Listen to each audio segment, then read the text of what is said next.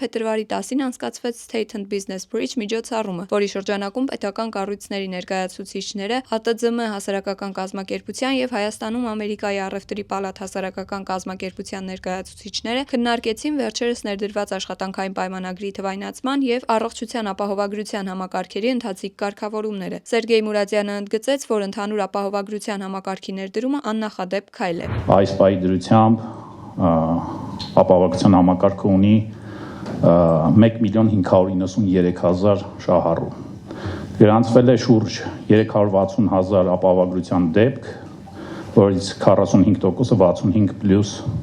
անձինք են, այսինքն կենսաթոշակային տարիքի անձինք են, եւ սա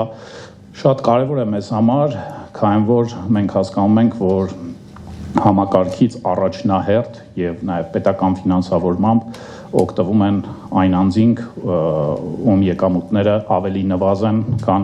հանրության մնացյալ հատվածին։ Գործադիր մարմնից մասնավորի հարցերին պատասխանում էին առողջապահության նախարարի առաջին տեղակալ Լենան Անուշյանը, պետական եկամուտների կոմիտեի նախագահի տեղակալ Համլետ Սահակյանը, առողջապահության նախարարի խորհրդական Արմեն Նավասարդյանը, աշխատանքի եւ սոցիալական հարցերի նախարարության աշխատանքի եւ զբաղվածության վարչության պետ Ժորա Սարգսյանը, պետական եկամուտների կոմիտեի վարչարարության մեթոդաբանության եւ ընթացակարգերի վարչության պետի տեղակալ Մարիամ Մանուկյանը։ Ըստ էության վարչարարության առումով աշխատանքային պայմանագրերի էլեկտրոնային հարթակի ներդրման արդյունքում որևէ փոփոխություն չի իրականացվել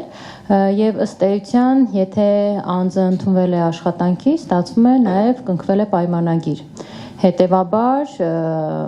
քանի դեռ չի ընդունվել աշխատանքի, ստացվում է փաստացի աշխատանքի չի կարող անցնել։ Ըստ էության, ի սկզբանե կարծում եմ բացառում են այն բոլոր դեպքերը, երբ անձինք անցնում են աշխատանքի առանց պայմանագիրը ստորագրելու։ Իսկ ինչ վերաբերում է գրանցման հայտերի ներկայացմանը, ապա գրանցման հայտերի ներկայացման հետ կապված էլ որևէ փոփոխություն տեղի չի ունեցել։ Այսինքն անձինք, երբ որ ընդունվում են աշխատանքի,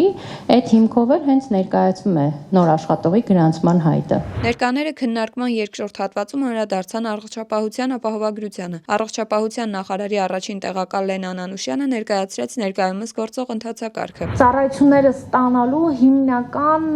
կարելի ասել 3 ճանապարհ կա։ Առաջինը, երբ որ մենք ունենք պլանային ինչ-որ մի խնդիր, որը որ ուրգենտ չի, շտաբ չի,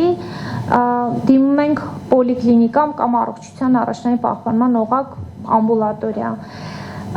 Իհարկե այն պոլիկլինիկաները, ամբուլատորիաները, որոնք որ աշխատում են ապահովագրությունով, ինչպես արդեն նշեցի, իրենք արդեն իսկ պայմանագիր ունեն։ Պետք է դիմել պոլիկլինիկա ամբուլատորիա, անցնել ամբողջ այդ գործընթացով։ Երկրորդ ճանապարհը դա շտապ օգնության ճանապարհն է, եթե հրատապ